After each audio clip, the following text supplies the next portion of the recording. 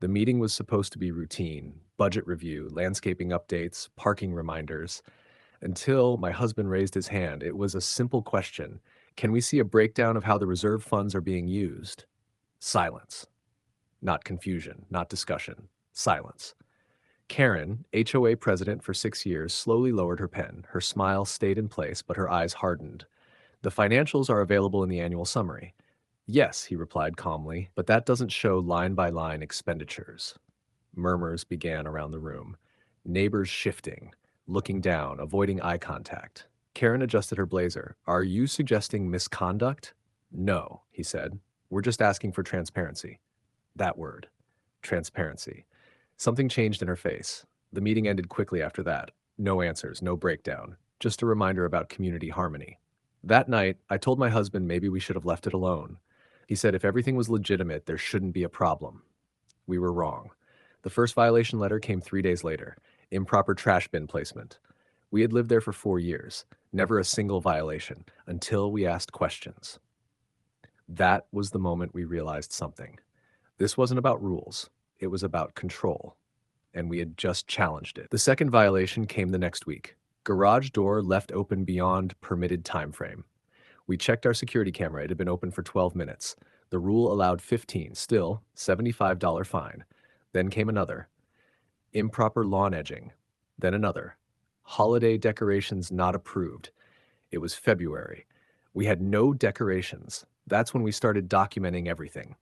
Photos, timestamps, camera footage, and something else became clear. Karen's car passed our house every morning at 7:12 a.m., every evening at 6:40 p.m. Slow, deliberate. One afternoon, I caught her taking pictures from across the street.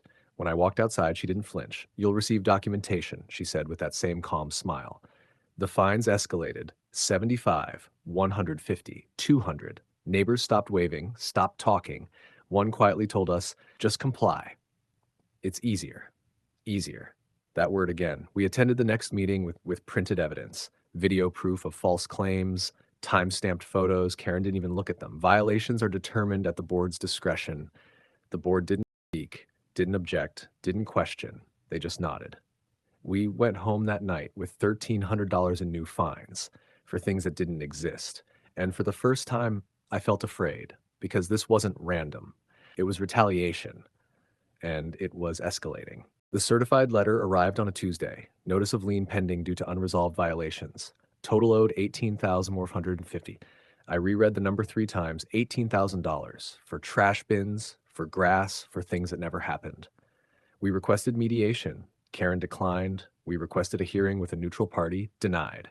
Instead, we received a demand for immediate payment or legal escalation. We hired an attorney. Expensive, stressful, necessary. He reviewed the bylaws, then the amendments, then something strange surfaced. Several updated rules referenced in our violations had never been formally voted on. No recorded approval, no quorum documentation. They existed only in email blasts sent by Karen. We filed a formal complaint, and that's when the retaliation shifted. Anonymous complaints about noise, about pets, about suspicious activity. Police showed up twice, both times apologized. Nothing wrong. But the message was clear. We had crossed a line. Sleep became difficult. Every car that slowed outside made my chest tighten. Every envelope felt like another attack. This wasn't about fines anymore. It was intimidation, pressure, isolation. She wanted us exhausted, quiet, compliant. But instead, we pushed harder.